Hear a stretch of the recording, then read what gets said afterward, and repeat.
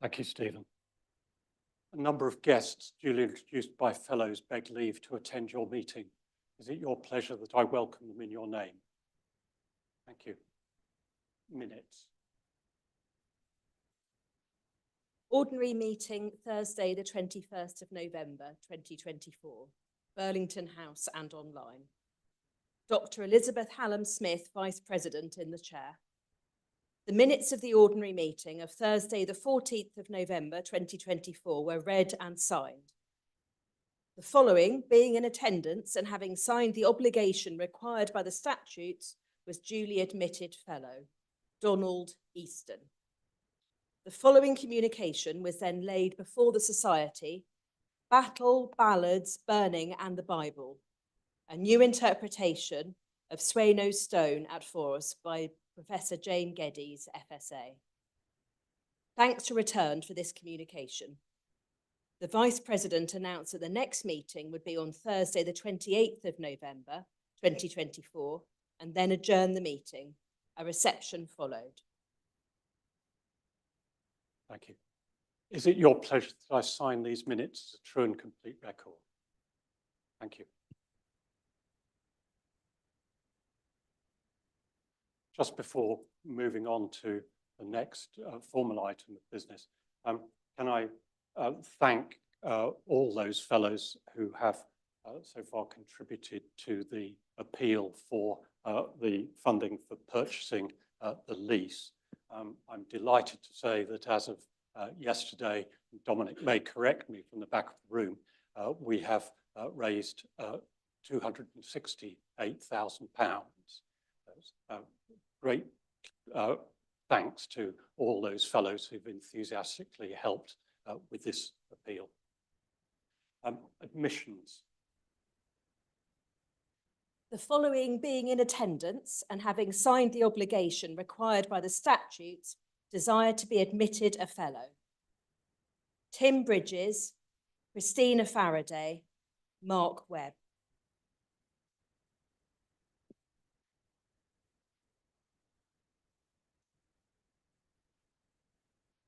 Tim, by the authority and in the name of the Society of Antiquaries of London, I admit you a fellow thereof. Welcome and congratulations.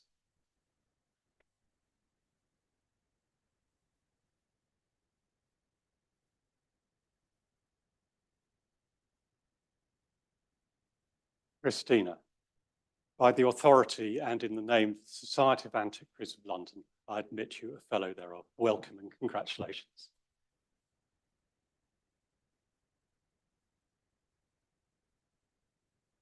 Mark, by the authority and in the name of the Society of Antiquaries of London, I admit you a fellow thereof. Welcome and congratulations.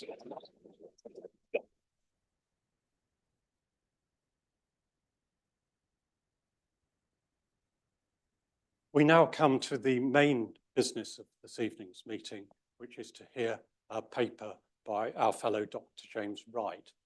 James has worked in several areas of heritage for a number of years, with experience as field archaeologist, conservation stonemason, community archaeologist, historic stone specialist, archival researcher, historical graffiti specialist, and buildings archaeologist. You'll gather his principal interests from buildings archaeology. He's worked on a very wide range of types of buildings from the 11th, 12th century onwards, including civic buildings, ecclesiastical sites, industrial sites, and vernacular. His projects have included work on the Tower of London, Palace of Westminster, Southwark Cathedral, and many other major sites.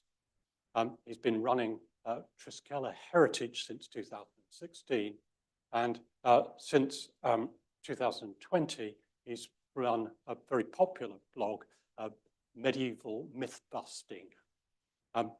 His book on this, which I think has been on sale at the entrance hall, published in June this year. And he's going to speak to us this evening on investigating historic building myths. Welcome, James.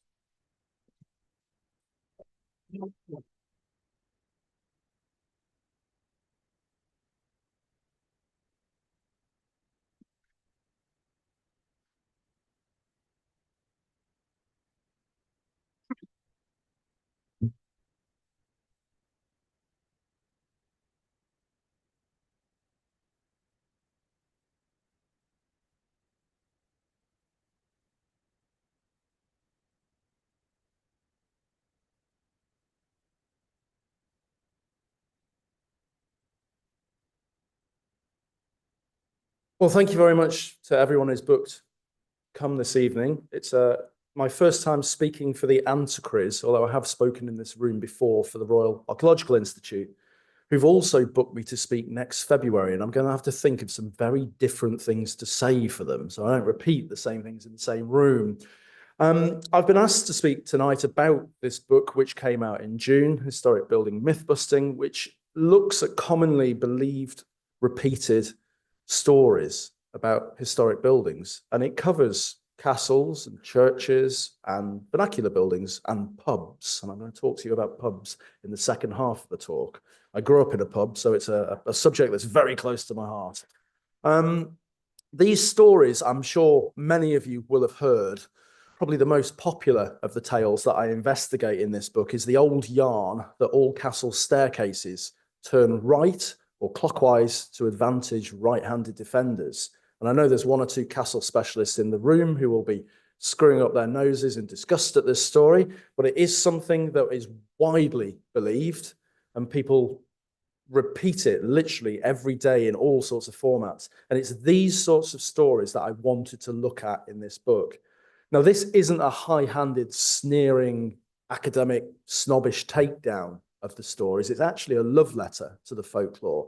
I'm really into these stories, and I'm really curious as to why people tell them and why people actually believe what, in many cases, is the unbelievable.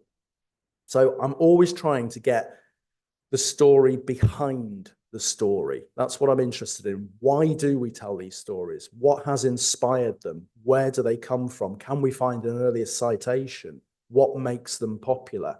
And that's the thread that runs all the way through this book. So just to build on that introduction that Martin very kindly gave for me there, I am a buildings archaeologist, and I've been mucking around in the world of the built environment for about 25 years now. Buildings archaeology, I suppose, has been done as a discipline for many decades, but it only really became a professional job somewhere in the 1980s or very early 1990s. The reasons why people might want to call me in to look at historic buildings are generally threefold. Planning applications. There's a requirement, a legal requirement, to survey historic buildings prior to remodeling. Conservation projects, and I do quite a bit of work with regard to those. I'm currently working at Charlcote in Warwickshire for the National Trust, for example, on a conservation program looking at a 19th century thatched summer house. Probably most of my work these days, though, comes from people who are landowners who just want to find out more about the properties that they live in.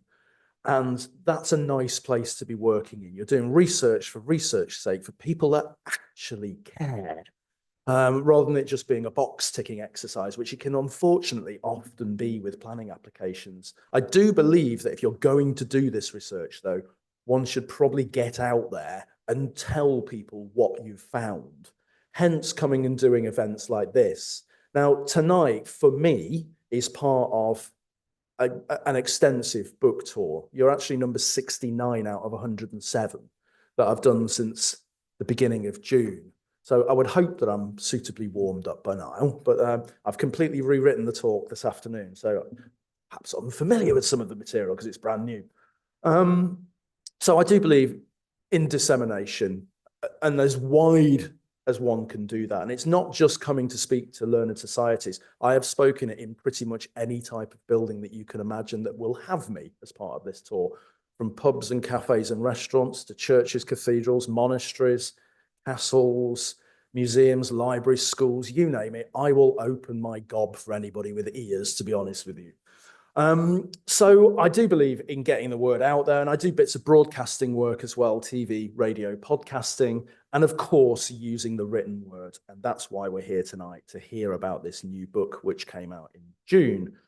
What I want to talk to you about this evening is a flavor of some of the themes and tropes and subjects within the book. To begin with, I want to just instill the idea that historic buildings genuinely do matter.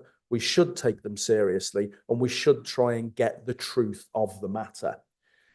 I'm then going to take 2 of the 9 chapters for you. I'm going to talk actually about the first one, secret passages and hidden tunnels, very common rumors about ancient buildings. And then the last chapter, which is possibly one man's foolhardy quest to try and find Britain's oldest pub. There are many, many claims for this. And as a rule of thumb, if a pub is claiming to the oldest, it isn't. I'm going to wrap up in the last 5 minutes, and I'll probably be finishing just before 6 o'clock.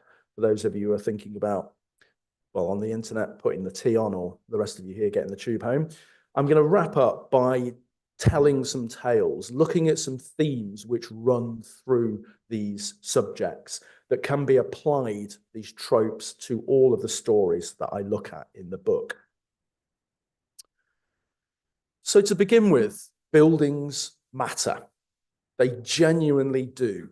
A healthy society has a healthy appreciation and understanding of its architecture, whether it be modern or ancient. And that healthy interest can lead to good physical, mental, and spiritual health as well. We can kind of get at the importance and significance of ancient architecture in a couple of ways. One way might be to look at the good times in our lives and understanding that we fulfill our life's aspirations through ancient architecture. For many people, that might be the acquisition for residents of the beautiful country cottage or the country house. So the idea of moving into one of these 18th or 19th century thatched cottages in the glorious Cotswold stone is a great dream for many people. And they might want to move there, to work there, to raise a family there, or to retire there. But this is the dream. Now, for many of us, unfortunately, this is beyond our means, but we still know that buildings matter, because for those of us that do not live in a property such as this, we still go to ancient buildings to celebrate significant moments in our lives on a temporary basis. So, for example, in the top right of the screen there, you can actually see a scene from my 40th birthday, where myself and some friends, one of whom is here this evening, have gathered in an old, creaky, timber-framed mill in Sussex for a pint on a Saturday afternoon. And you can see that we've deliberately chosen an old building for its significance and to say something about my own interest in ancient buildings too. And this is repeated across the land by many people, and it doesn't have to be a significant round number birthday.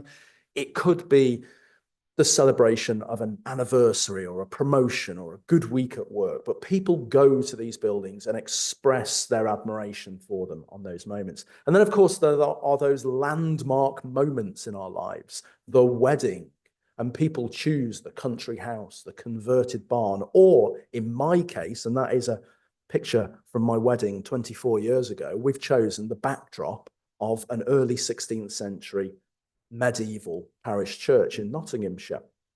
So the good times in our lives are celebrated through the use of great and ancient architecture. But I think although the good times indicate this, the bad times do as well. Now, this is a scene from the town where I live. I live in Nottingham. On the left-hand side there, you can see a very derelict shopping centre known as the Broadmarsh Centre. Now, this was built in the late 60s, early 70s. It was never considered to be good architecture. It was immediately criticised by Nicholas Pevsner and Maurice Barley. And part of that criticism was the fact that they tore down a tremendous amount of historic assets. This area of Nottingham would have resembled a cross between the Brighton Lanes and the York Shambles, and it was gamely swept away in the pursuit of modernism. But the building was never successful, it was never popular, and it was in the process of being remodelled during the pandemic of 2020 when the Intu Group went bust, and we've been left with a semi-derelict building on our hands ever since. And it's acted like a cancer because all of the streets leading up to the Broadmarsh, all the shops have started to close. So it's been a real problem. So it's been a group of buildings which have caused issues for a long time. And that has led to great controversy. Now, I mentioned that at the time, of course, but that's been renewed as a result of this, this derelict state of the site now. Only one of the many historic buildings was preserved from this site. And we see it here, Seven's House, which dates to 1335. And that stood exactly where that green hoarding is there. And it was transplanted about half a mile and is now opposite the Robin Hood statue. But we can imagine that there were many, many more jetted timber frame buildings which we do not have surviving. We can see them in the ancient photographs. So this great outcry, controversy, outrage also tells us that buildings matter. So if the buildings matter, we should probably get our stories straight about them. However, as a society, we are somewhat hamstrung by a general lack of research. And this goes all the way to the top with grade 1 listed buildings, many of which have not been looked at. You come down to the grade 2s, the most common listed building, and you can see that there's a huge swathes of knowledge which are just not there in the record. And just to give you a real world example of that, this is Lyde's house in Great Malvern. It's listed as being 17th century and altered. And broadly speaking, what you can see from the street frontage, which is pretty much all the listing inspector saw in 1979, because it does seem to have been one of those drive-by listings. The interior was not inspected. That wing on the right-hand side there, that is 17th century. We now know that from dendrochronology. It's 1625 to 35. And then there's an 18th century addition to the left, and in the center, a 20th century staircase has been added. But lurking within, and you would never know this from the exterior, there are no clues, is a mid-15th century Great Hall, which is crook-framed. And subsequently, we've had that dendro-dated as well. So it took half a day or so of survey work on site, plus some dendrochronology for us to get at the truth of the matter. But there are buildings like this lurking in pretty much every settlement. I think about 60% of the buildings that I survey are older than listed. So we have this genuine lack of research and lack of understanding about the details of our buildings. And as a result of that, we have a knowledge vacuum which forms.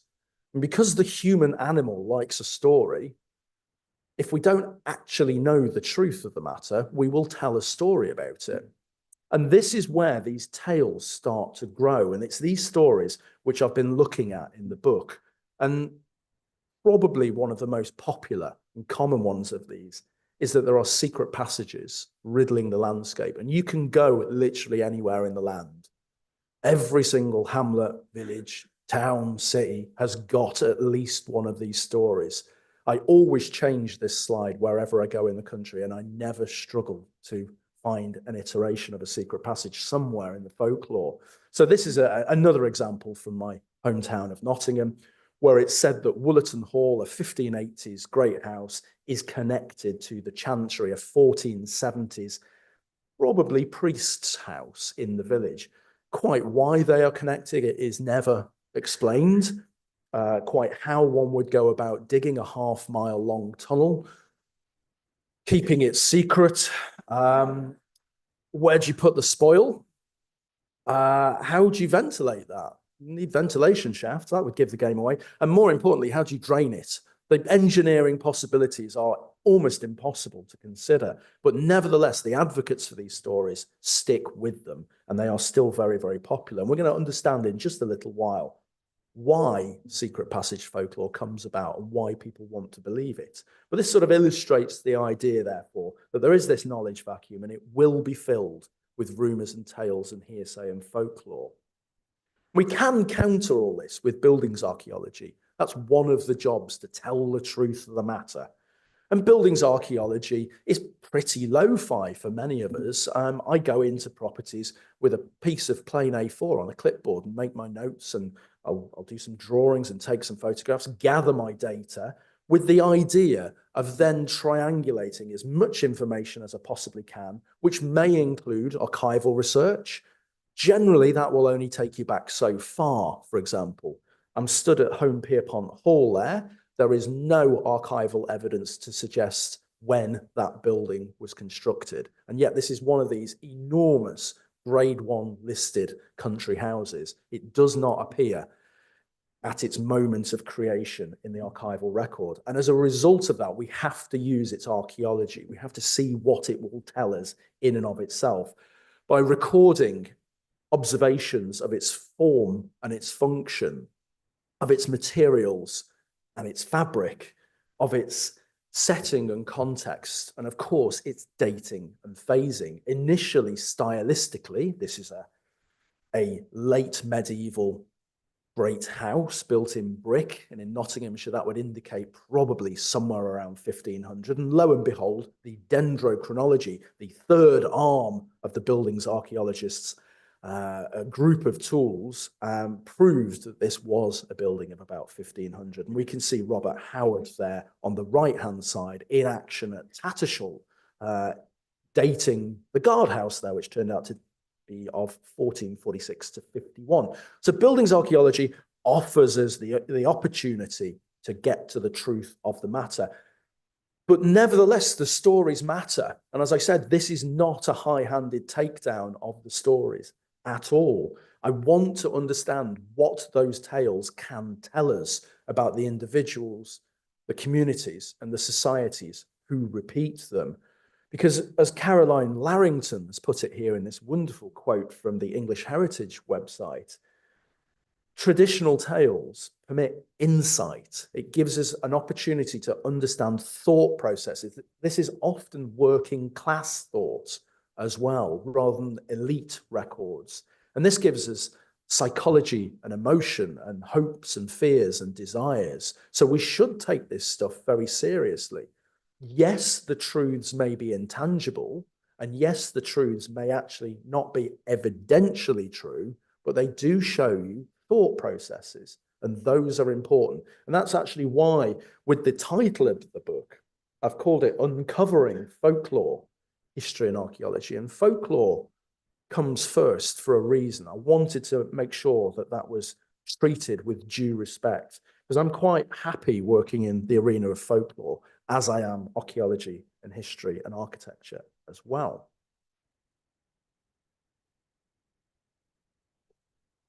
So to begin with then, we've already trailed the idea of the secret passage rumours. Let's look at a case study and then see what it can tell us about how and why and when these stories grow up.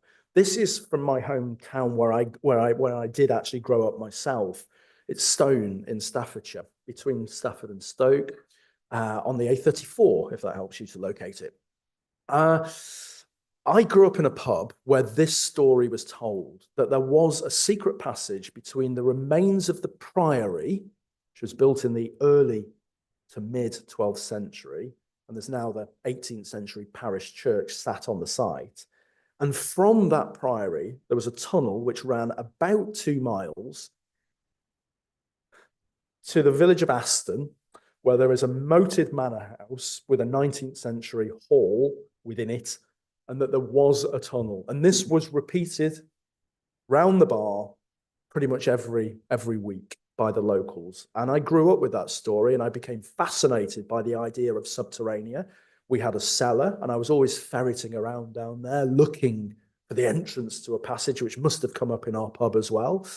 And I really was very romantically inclined as a young boy. I wanted to have this exciting, adventurous discovery.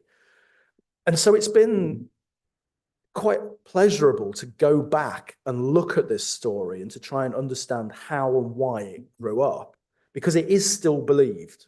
I was growing up in the 70s and early 80s and hearing this story, but during the COVID pandemic, I was able to go onto the local Facebook discussion groups and understand that there is still widespread belief in the reality of this 2-mile-long tunnel. These are genuine quotes.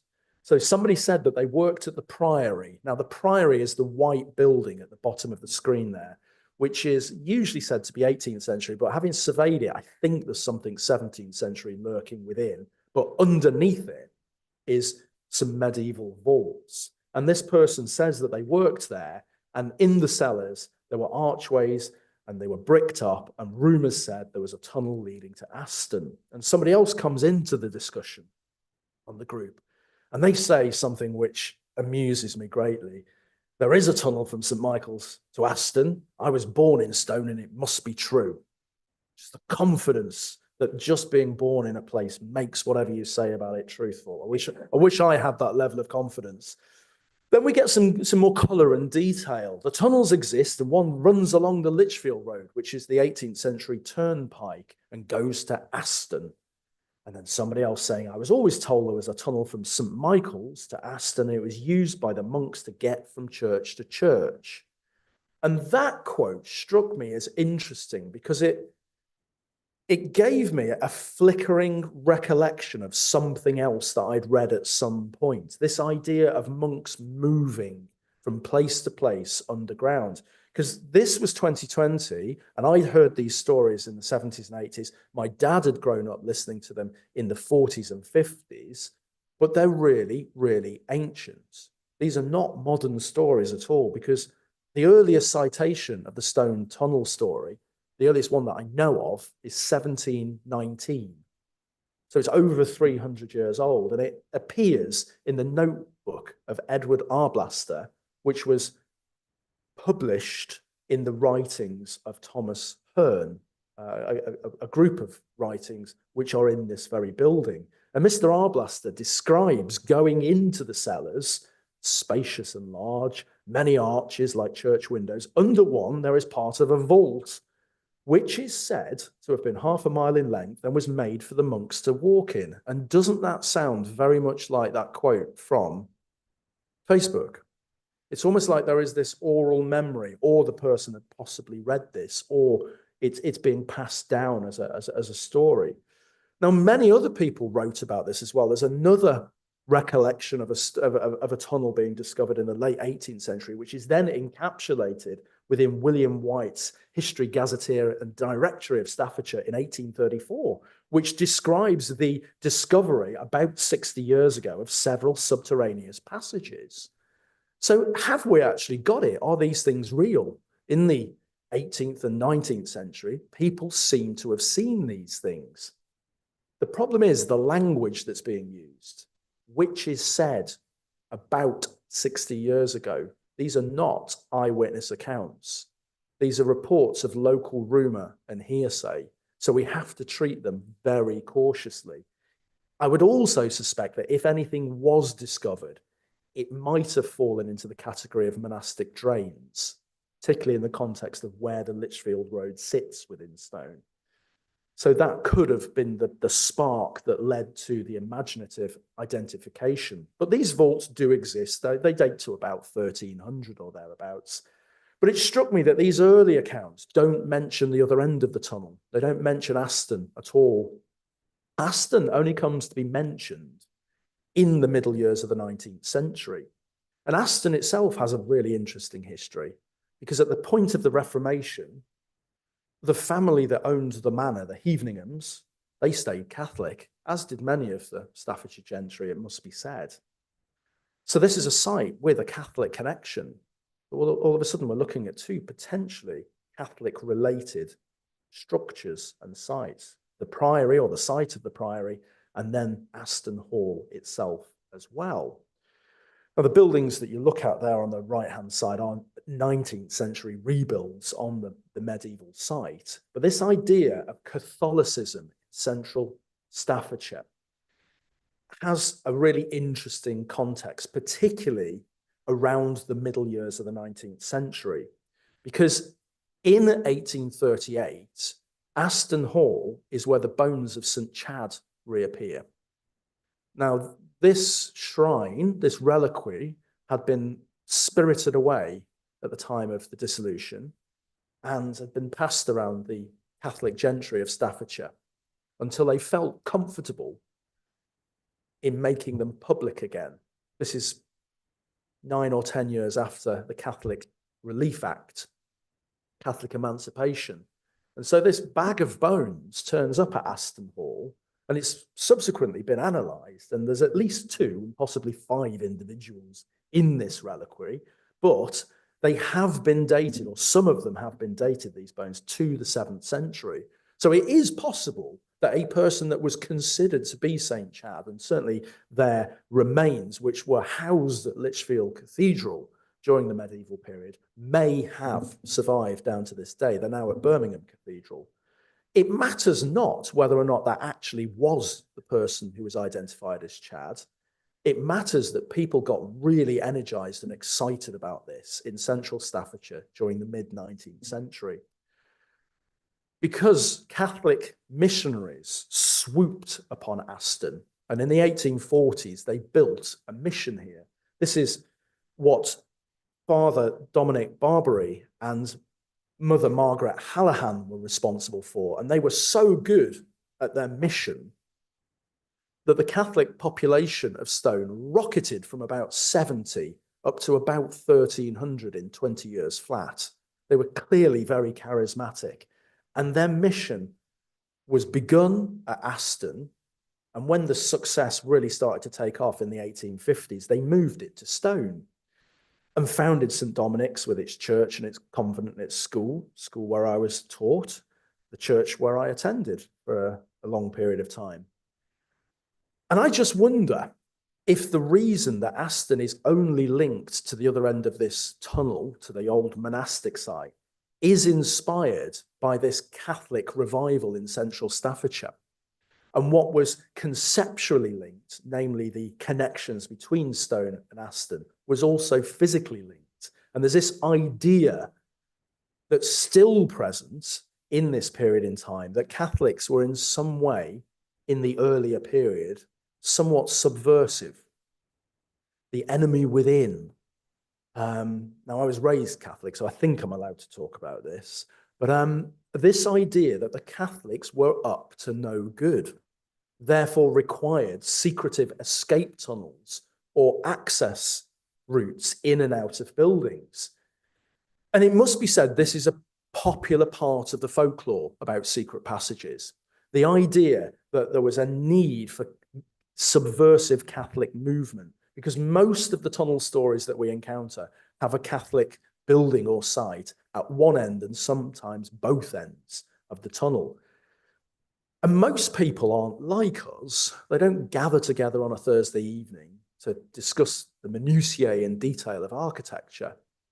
For most people, they go to an ancient building for a nice day out, for a picnic, somewhere for the kids to run around, to take some nice pictures for Instagram.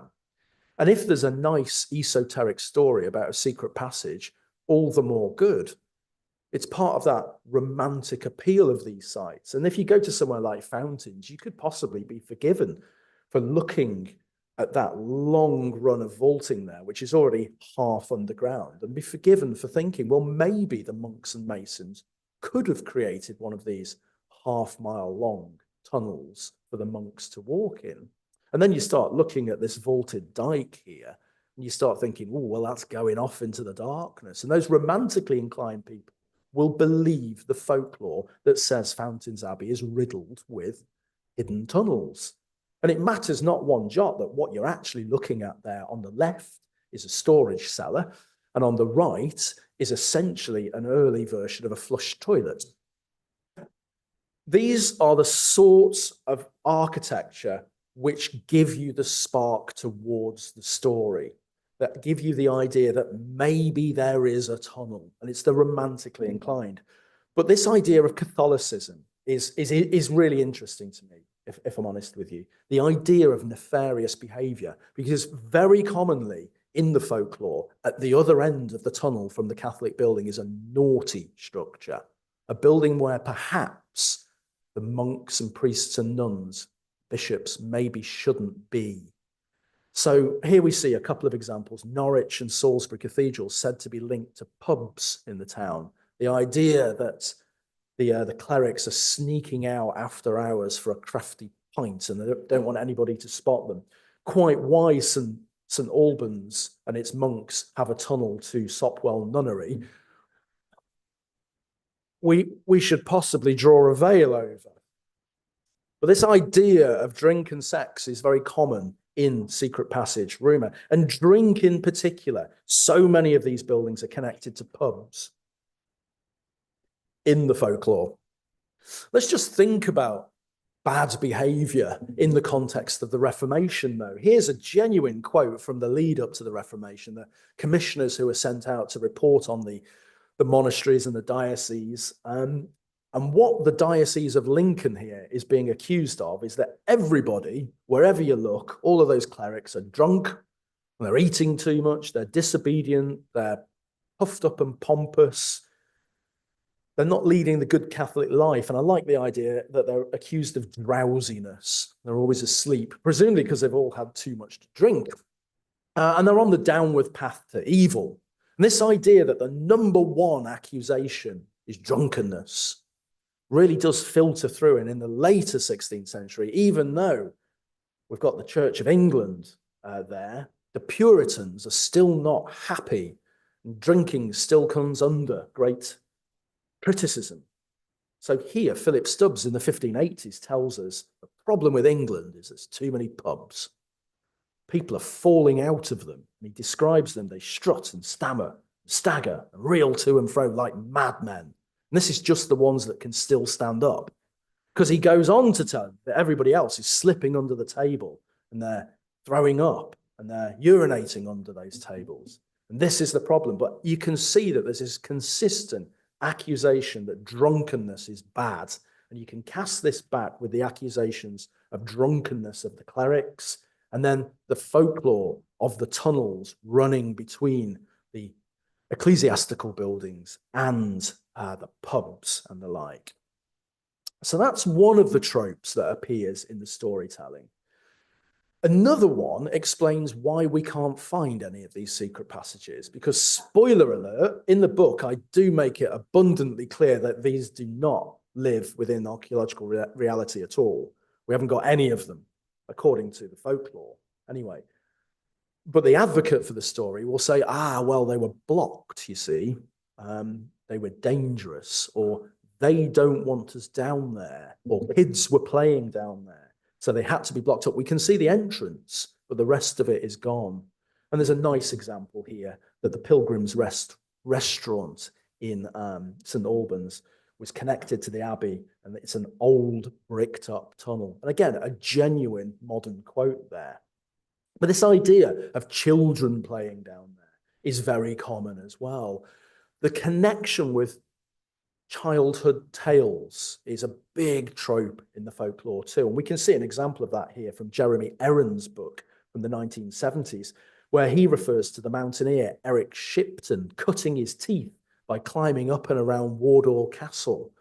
But he reveals that Shipton was looking for a secret passage as a young boy, and he and his companions became obsessed with a desire to find it. So this connection with the age of rollicking innocence, if you like, the ripping yarn, the boy's own adventure, the thing that inspired me in my dad's cellar to look for secret passages is there throughout. And Erin goes on to say that the existence of many of these passages is vouched for only by the memories of boyhood exploration. And it is part of that childish storytelling. And I think those stories have been around for a long time. I think it's perfectly acceptable that we tell and believe these stories because we have grown up with them. Our cultural DNA is predicated on subterraneous folklore. It's there in medieval stories such as the Green Children of Woolpit, the Mabinogion, possibly with prehistoric origins, of course. And here in Sir Gawain and the Green Knight, where Gawain goes and visits the supernatural knight in his lair or chapel, which is often identified as this chasm on the Staffordshire moorlands known as Ludge Church. So it's there, this underground folklore in the medieval and possibly earlier story. And of course, when medievalism is revived by the Romantics in the Neo-Gothic period, we start to see a great revival in subterranean storytelling too. And it's in the first Gothic novel, The Castle of Otranto, has an escape by a heroine from a castle down a tunnel to a church. And here we can see it played out physically, where an underground space is created in the 18th century at Wardour Castle, a grotto, which frames views of the parkland and the castle. So we're seeing this kind of cod medievalism, much of that, of course, being built from reused stone from the castle too. So this plays out in the 18th and 19th centuries and comes all the way through in our cultural touchstones to the 20th century. And so many of our novels, which are particularly beloved of us growing up as children and adolescents, have underground storytelling, whether it be The Wind in the Willows or literally everything that Enid Blyton ever wrote, or my own personal favourite, which is Alan Garner's Weird Stone of Brisingamen, where 25% of that book takes place in the copper mines underneath Alderley Edge. And you see what in his novel is called the Cave of the Swartmoot, where the evil goblins meet to discuss the downfall of the children and dwarves. And it's a very scary scene that takes place in that very cave. So we have grown up wanting to believe this stuff. And there are underground spaces, of course there are. And these are often the sparks to the imagination. It's the blocked door, the discovery of a drain or a cellar or a basement, or here, a genuine tunnel which runs between the cellars and an ice house at Strelly Hall in Nottinghamshire. We have the underground space, but because of our cultural upbringing, we want them to be more than they actually are. And then they're often connected in the imagination to this trashing and tarnishing of the Catholics in the post-Reformation settlement. And of course, as I've pointed out, a lot of these tunnels are connected to pubs. And this brings us to the other chapter that I'm going to discuss this evening, the claim to be the oldest public house. Now, this is a very common claim. Most counties have a pub claiming to be the oldest in the country. And of course, they can't all be the winners. I live in Nottingham. I've already said this a couple of times. And this is our local claimant, the Old Trip to Jerusalem. It's probably the most famous of the claimants, actually, because it's got the words, the oldest inn in England, painted very clearly on the walls and has done for quite some time. So people tend to believe things written on the side of other things. But what we are looking at here is a classic example of what I call pub law. And I see this as being a separate branch of folklore in and of itself. The things that are claimed about pubs, whether it's that they're made of ship timbers or they have the secret passage. Here we have the claim that the pub dates to 1189, a very specific year, and it's the place where the crusaders met for a pint before disappearing off to the Holy Land. And there's even this suit of armor in the caves. And the caves are genuine, and they've got the timber frame building fronting onto them. This is all very common stuff, and it's widely believed all over the globe, but it doesn't quite stack up, unfortunately. This claim is entirely erroneous. We know that the Crusaders didn't muster really much in England at all, let alone Nottingham Castle and meeting for a pint here. This claim was invented in 1909 by the then landlord, George Ward. Prior to 1909, if I can just bring up a laser pointer, I'll just illustrate something. This area here, there was a much bigger pub called the Gate Hangs Well there. In fact, you can just see the blocked up caves of it there. And that was demolished in 1909. And it blocked the view previously from Castle Road down into the Brewhouse Yard to the Trip to Jerusalem, which was a pub at that point in time, at least. That was demolished, and George Ward got his little paint pot out and went to town because the year after the famous signage appears. And George Ward at that period in time was handing out business cards around Nottingham, which made the claim of 1189 and the Crusaders. And it says on them, it will be found on reference to old historical books. But of course, those books have never turned up at all. So this is a marketing exercise by a landlord with an eye for the main chance. And this is very, very common wherever you look, because there are dozens of these claimants. This is the list of 10, which I refer to as the usual suspects that appear on lots of lists, particularly online, of oldest pubs. And they go, the earliest one is 560 AD, which is remarkable. Because well, we're not sure if King Arthur existed back then, let alone that they were serving pints up at Holywell. The Fighting Cocks we know is a monastic dovecote of about 1400, recited as a house in 1600, open as a pub by 1807. And you can do this exercise with all of these buildings because not one of them in that chronological list are genuinely the oldest in the country. Not a single one. The oldest inns that we do have post-date 1249, the Adam and Eve at Norwich, which is the latest of them. That's a 17th century building, just for the record there. We can, though, have a go at trying to identify the oldest pub in the country. It is an exercise that's possible using buildings archaeology, as I described earlier. And there are, broadly speaking, 3 different types of buildings which we would understand as a pub, public house, in the medieval period. Firstly, there are alehouses. Does what it says on the tin. They're remarkably common buildings. The problem is that they don't look any different to a domestic house. And we don't actually have any of them that we can identify anymore.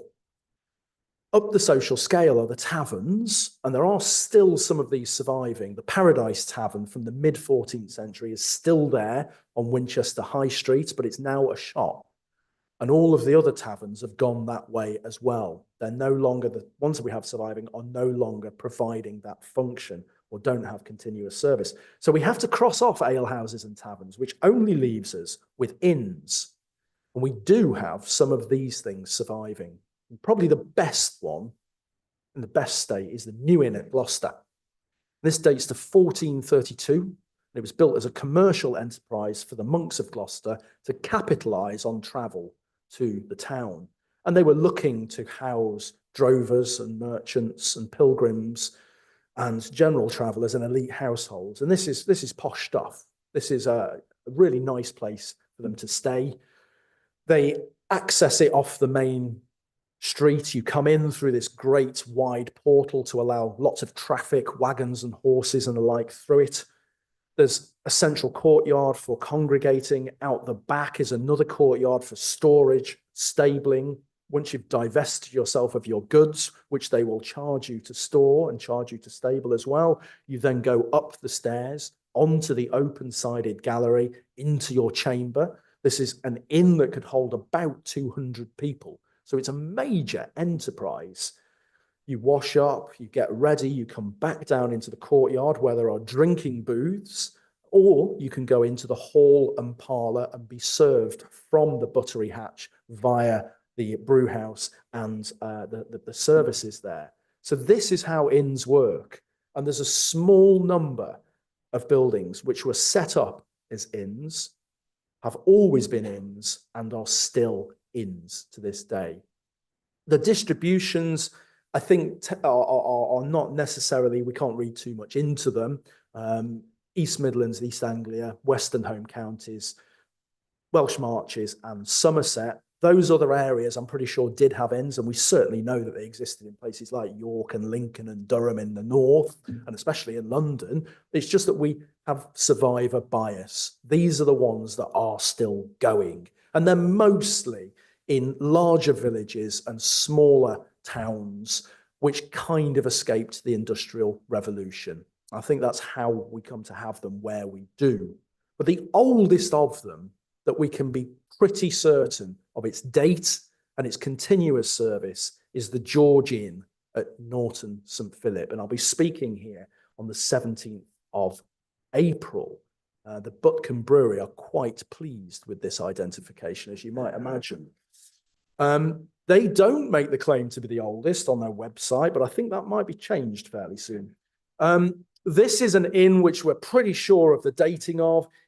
It was set up as the result of the transference of wool fares from Hinton Charterhouse, 2 miles down the road to Norton St Philip in the middle years of the 14th century. This was the second biggest wool fair in Somerset. They also had a weekly market on Fridays, and there was a huge amount of traffic coming into this village. So the monks set up this absolute monolithic structure, which you see here, and it's still providing rooms and food and drink to this day. its dating is reasonably easy to explain. Its first phase is the street frontage, but it's the stonework only, which seems to be late 14th century based on stylistic evidence, particularly from the back side of that within the courtyard. And you'll see some photographs of that in the moment. Something pretty catastrophic seems to happen about 60 years into its life in the middle years of the 15th century. The first and second floors and roof structure are entirely remodeled in timber framing, and we've got the dendrochronology to give us that dating.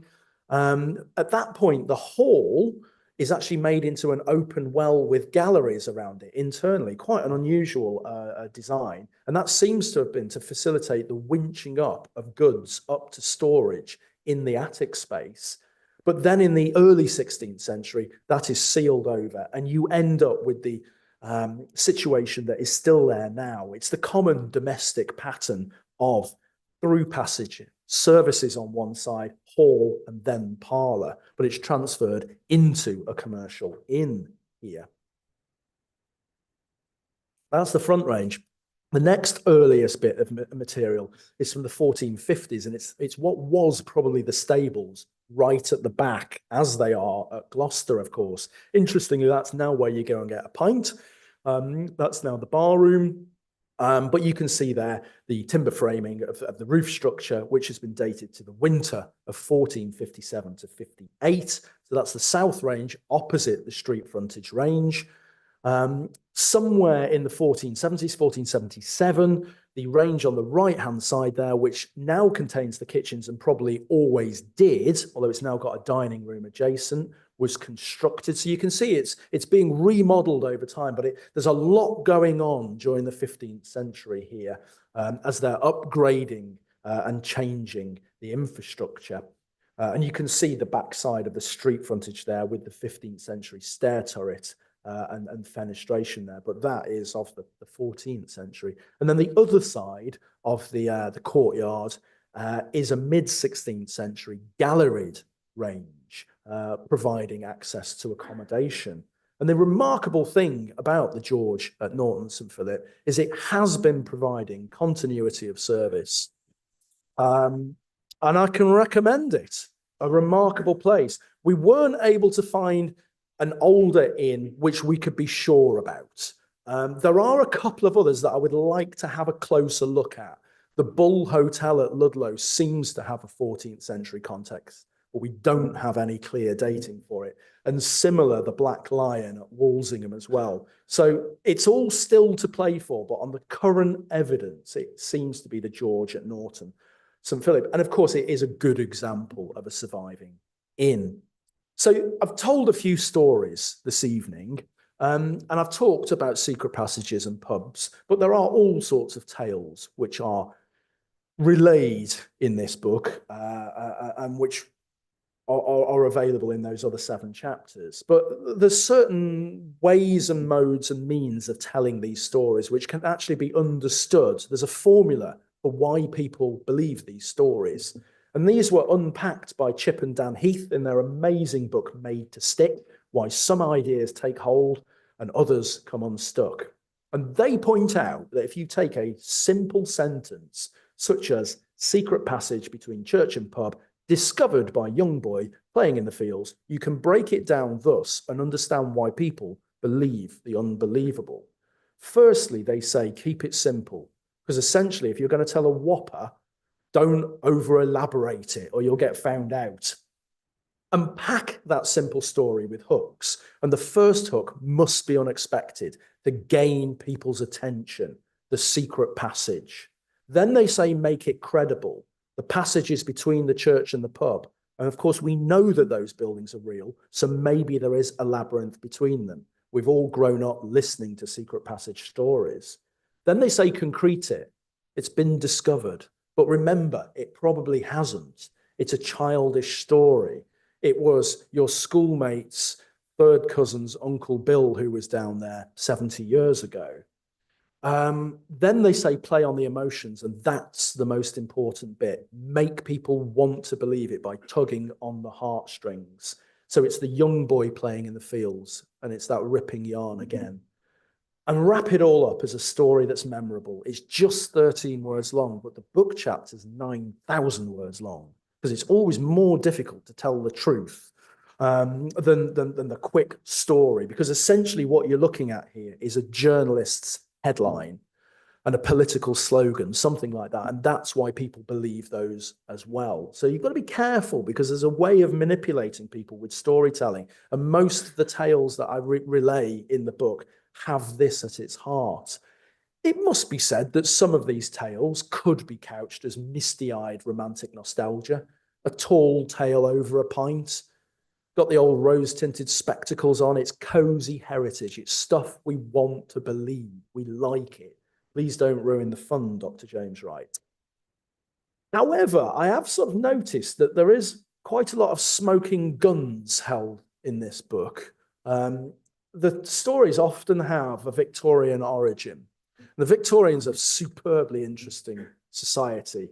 They seem to have this idea that the world was marching towards them in the linear sequence of chronology, and that they were at the zenith or the apotheosis of the world. And therefore, everybody on the march to the Victorian period must have been just like them as well. And they're viewing history through the lens of their own society. And that's quite a dangerous way of doing history, to be honest with you. But you can see this time and time again, particularly in the words of many antiquarians, of course. So I hesitate to criticize antiquarians in the Society of Antiquaries, but some dangerous things were said.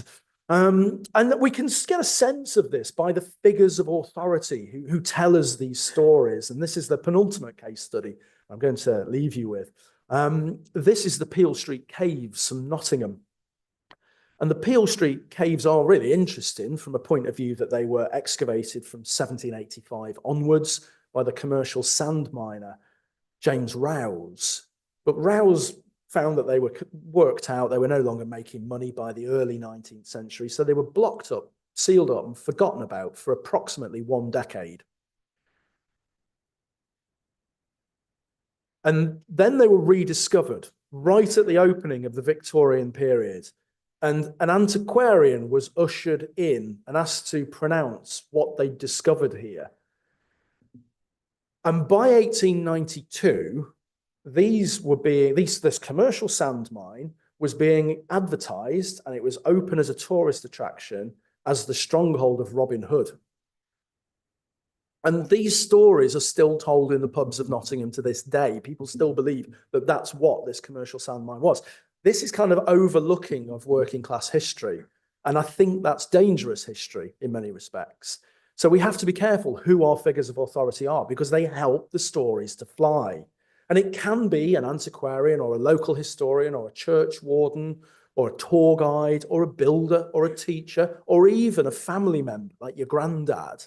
So we want to believe them. We think they know more than they perhaps actually do. So we have to be careful of those figures of authority. And in the modern world, it's the mainstream media who are responsible for the communication of many of these tales.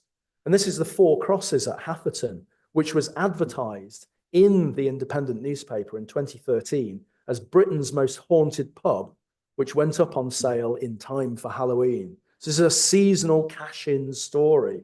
And there's all sorts of interesting stuff claimed about this building, that it was built in 1636. It's probably true, actually. That is almost certainly the date. But therein ends the truth of the passage, because it wasn't built as a coaching inn. There's no ship timbers in there. We don't know that they're 1,000 years old, and there's no secret passages.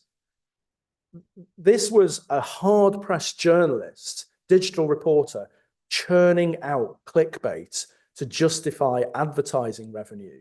And they'd gone to a website called Haunted Rooms, who provide paranormal experiences where you all gather together for a night and scare each other senseless. So this idea of macabre or esoteric history, which has been provided here, is how they sell that. It's pseudo-history, essentially, but it's harnessing pseudo-history for monetization. And I think that's quite dangerous. And this happens with clickbait websites and social media accounts. So we have to be really careful what we're reading and where the sources come from.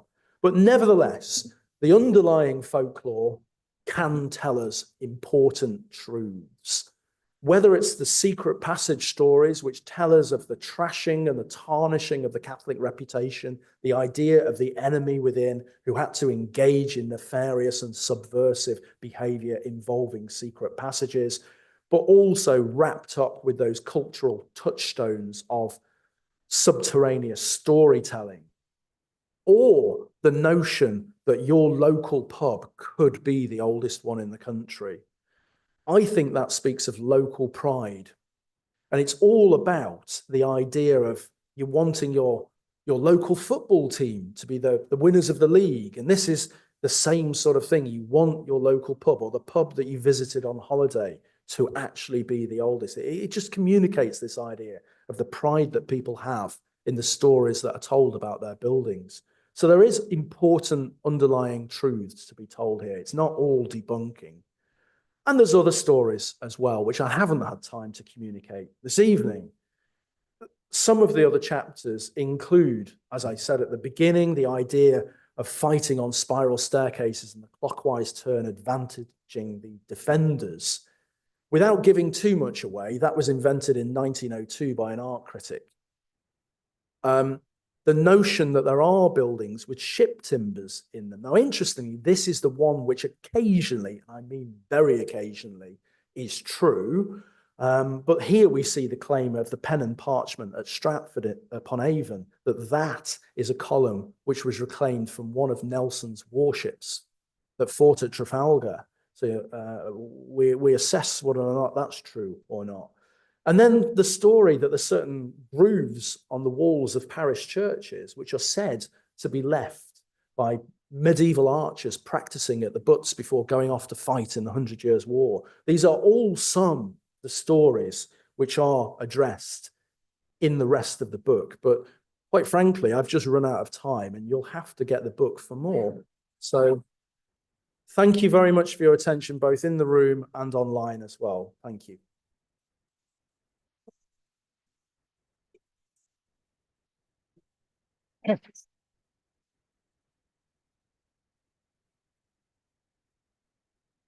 Thank you very much, James. I think the stories you've told us amply support the idea that you started off with, that buildings are important for us, and whether the stories that are told are stories that we would tell, yes, or ones based on folk, they indicate the importance.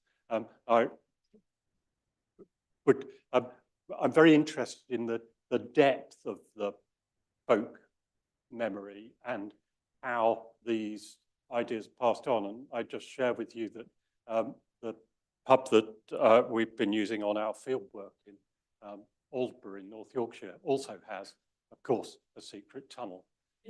And the story of the secret tunnel is clearly perpetuated by late evening drinking, where people new to the area are induced into the local folklore through enjoying a good pint. So with that observation, perhaps I can open the floor for questions or comments.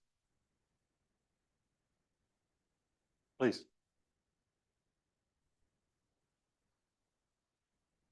I wonder if you could comment on what seems to me something of a parallel, but a more convincing argument for truth rather than fiction, but sometimes linked with tunnels, and that is priests' holes. Yeah, one of the great regrets of this book is that I didn't include a section on priest holes and priest hides. I was right up to the wire of the word limit, commercial publishing being what it is, and I appreciate that. We needed to keep it under 80,000 words. I could probably have done with making the argument for 3 or 4 pages on priest hides, because they are real, they do exist. We know of them in places like Oxborough Hall and Baddesley Clinton, Harvington, Boscobel and the like, Counton Court having an especially good one. And because of their reality, it gives you a little bit more of a dimension, again, about the subversive behavior, this idea of having to hide priests who were involved in the counter-Reformation of the later 16th century, the Jesuits and the like. And I think that might actually help the secret passage stories on a little bit, because there's this idea of, if not underground, because many of them are above ground, contained within staircases or towers or the like. The one at Baddesley Clinton, of course, is probably a reused drain, or they were possibly just stuffing Jesuits down the drain, which must have been quite unpleasant for all concerned. I just think that, you're certainly onto something there, because I do think that the reality of the priest hide does give us the idea that there could have been tunnels as well. And I think it was something that I did consider including, but I had to cut out. But I think that it's a perfectly astute observation, and it's one that, with 69 dates into 107 now, it's an observation that probably comes up every other night, and every single time I make that acknowledgement that I wish I'd written about it. I will probably write a blog for the website to acknowledge that at some point when I can find a moment, maybe in 10 years hence. But thank you very much for that. Another opportunity to talk about priest holes. Right. Oh, hello. I was just wondering, with regard to specifically London pubs, whether you have an opinion on what's the oldest, because one of my hobbies is exploring the historic London pubs. I've not looked in detail at this, and I wouldn't want to give a hard answer to this one. London does have an oldest pub claimant, the White Hart on Drury Lane, which claims to have been licensed since 1216, which is interesting because pub licenses didn't come in until 1552. And they don't start naming pubs individually until 1608. And most pub licenses that we have for older pubs tend to be mid to late 18th century.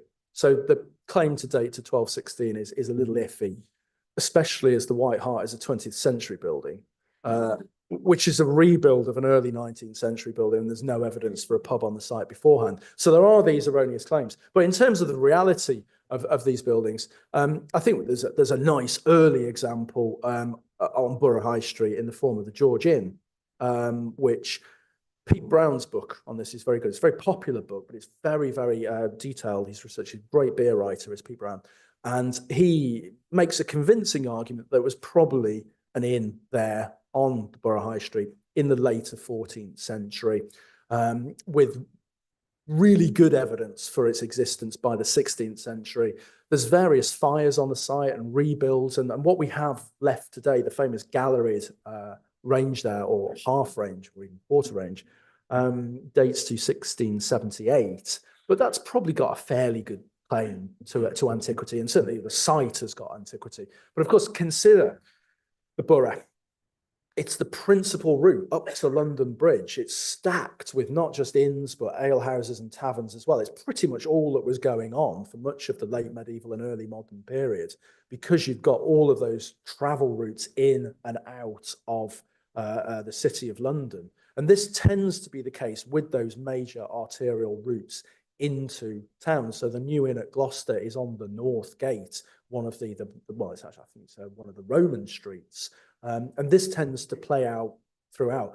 I wouldn't want to get into the minutiae of, is the George genuinely the oldest pub or genuinely the oldest site in London, because I haven't looked at London in and of itself. But that would be my sort of signpost, if you like. Go and have a look at that one. And if you want one that's spurious, go and have a look at the White Hart at Drury Lane.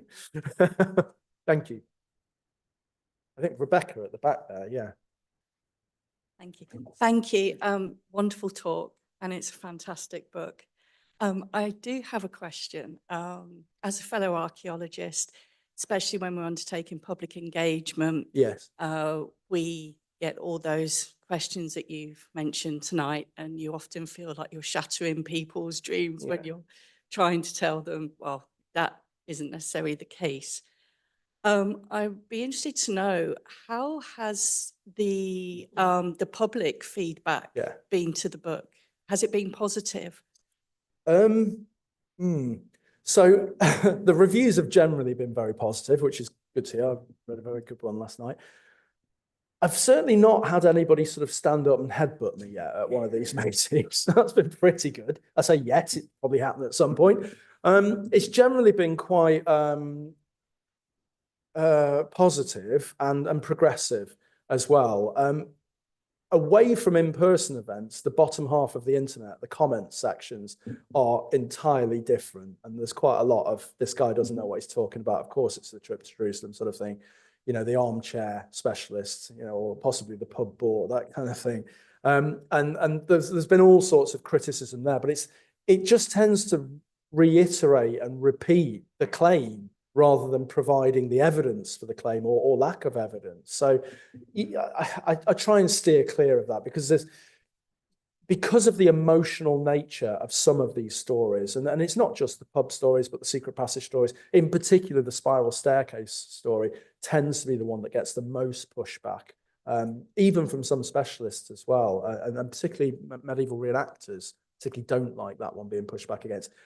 One has to, you know, you have to find a way to deal with that sort of criticism, and you can just sort of ignore it, but sometimes it's not the politic thing to do. Sometimes the pseudo history does need to be addressed, and I tend to find that the best way to do that is to be polite, slightly humorous as well, and that sort of puts people on side a little bit, and to try and direct and deflect and to sort of say, well, that story is really interesting, but have you considered where that story comes from? And then there's a whole new arena that balloons up out of that. But in terms of the general response to it, in person, people have been very polite and happy and responsive. Even the landlord of the trip to Jerusalem, who thinks it's all quite hilarious, to be honest with you. So that's okay, and I'm not barred, so that's even better. But again, you do get these keyboard warriors on the internet, and I know that you butt up against some of them yourself as well. So thank you for fighting the good fight.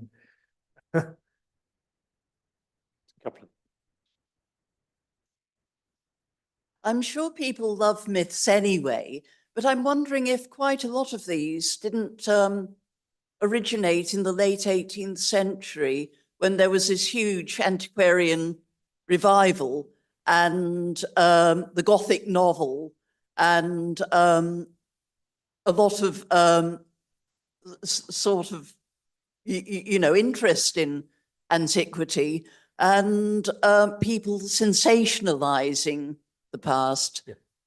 Yeah, I'm absolutely right there. And I signposted that during the section when I was talking about the Romantic Neo-Gothic moment with regard in the case study I used to Wardour Castle and the layout of the grounds there, and the Castle of Otranto, of course, with its secret passage story. And I also think that moment of the revival of interest in medieval buildings, particularly with regard to restorations of churches, which leads people to get very, very intimately close to the detail of those great ancient buildings and spotting features for the first time that may have been in plain sight or may have been revealed during the restorations, and then having to come up or wanting to come up with explanations for what they were. And it's finding those sort of niches which are often explained away as leper squints, for example, so that the lepers can watch the mass. There's a half chapter on that in the book. Many of these were opened up again. A lot of them are hagioscopes, so that you can see from the side chapel to the main altar and see the moment of transubstantiation, so that the host can be elevated simultaneously. Well, it's the opening up of those features again, the interest in them, and then the explaining what they might have been for. But because the kind of Victorian moment in particular, they were superbly interested in all things macabre, thinking about the Penny Dreadful and Frankenstein and Dracula and the like, they tend to go for the more esoteric and arcane explanation, i.e., oh, well, it must have been lepers peering through there, when of course it was part of the regular Catholic liturgy. But what's the word I'm looking for here? Put that alongside the forgetfulness of the Catholic period in the medieval, and realizing that by the Victorian period, even with the revival of Catholicism from the 1820s, late 1820s, Victorian Catholicism is a sanitized version of what can only be described as some super, to our minds, crazy behavior in the medieval period. It's such a visceral religion that so much of it seems to those modern and those Victorian minds as absolutely out there. And they try and tailor their explanations of the features that we're looking at for their own world, for their own audience. And another example of this, and there's a half chapter on this too, looking at obscene carvings in churches, the really naughty stuff where you've got ladies and gentlemen displaying their wares, shall we say, on churches. And the Victorians go for, oh, that was stonemasons who weren't paid properly, because they had to explain it away, but they wanted to sanitize it. When in reality, it's an expression of negative mysticism. It takes you to the darkest place possible in order to receive salvation. It's the equivalent of Christ going into the desert to fast for 40 days and 40 nights and then being tempted by the devil. These carvings are intangible, liminal expressions of spirituality. The Victorians were incapable of viewing that because their own world didn't think like that. And of course, it's the prudishness as well, which leads to them to think that these must be in some way anti-establishment when they weren't. They were patronized by the church. So that moment of the Romantic leading into the Neo-Gothic, and then of course the Victorian world is super important into the cooking up of many of these stories. And that's why the smoking guns are held by people in that period in the majority of cases. So thank you for that lovely observation. Right, there was a gentleman over here, I think. Yes. Just take that one. And okay. We can... Thanks. Yeah.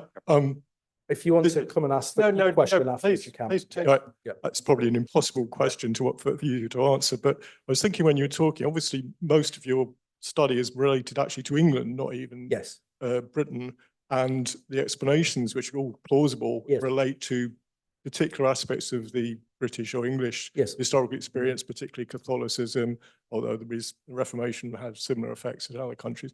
Is there any work that others presumably have done, or which actually looks at this as a wider phenomenon, the need to believe in these sorts of folklore myths about tunnels, etc., where the explanations might be rather different, but that would help to explain, you know, the British context as well as the more general psychological possible need to actually have this kind of mythology? Yes, and I can give you an example of that if I skip back to this slide. So the myth of the arrow stones, the grooves on the walls of parish churches, those are only explained as being the result of archers sharpening arrows in England and Wales. Those features occur in churches and other buildings all over Europe. They can be found in the Holy Land and they can be found in Africa as well. They're really, really common.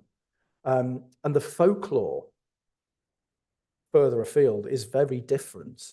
So in France, it's pilgrims rubbing their hands over the stone. In Italy, it's the devil and it's his claws. And my favorite is in Poland, it's the souls of the damned sinners trying to scratch their way back into the church. So the nature of the folklore tells you about the culture that repeats it. And England and Wales, with its very sort of martial stance and the pride in those victories of the 100 Years' War, Azincourt, Poitiers, Crécy, and the like, is driving this interpretation. And it's a way of sort of saying, well, our boys went and fought in those great battles. It's a way of localizing massive history that's almost too big to comprehend. Again, it also speaks of local pride as well. Now, the reality of what creates those things couldn't be any further from the folklore of either England and Wales or the European mainland. And I won't go into the absolute detail of this now because of the whole chapter on it, but they seem to be the result of the harvesting of stone dust from churches to then mix up with holy water to ingest to charm away fevers. So it's actually Christian white magic, because this is a sanctified building. So even the stone, or the mortar, in fact, can be in some way used in a holy capacity. And there's anthropological evidence for that occurring in the late 19th century in Europe, but it's also there in medieval chronicles as well, stretching all the way back to the Venerable Bede and coming through into the 12th and 13th and 14th centuries as well. At various sites, there are reports of the scratching away of holy stone powder for this semi-magical, semi-medicinal usage. So there is a kind of a European and in fact, much further context to some of these stories as well. And I'm glad that I got that picture up there so I was able to illustrate what I was talking about. But I haven't been able to maybe go further afield because my own research does tend to be English, let alone British, tends to be English. But where I have found a route through to something further afield, then yes, I will do. So there's another chapter on burn marks, those tear-shaped scorch marks on buildings. And I look at them, they're probably apotropaic in nature for driving away the things that go bump in the night, but they can be found throughout the Christian diaspora. They're found all over Europe, they're found in Australia, they're found in America as well. So there are these sort of wider reaching aspects where I've been able to speak about it, yes. But thank you very much for that. Cheers. Can we thank James for Thank you. Thanks.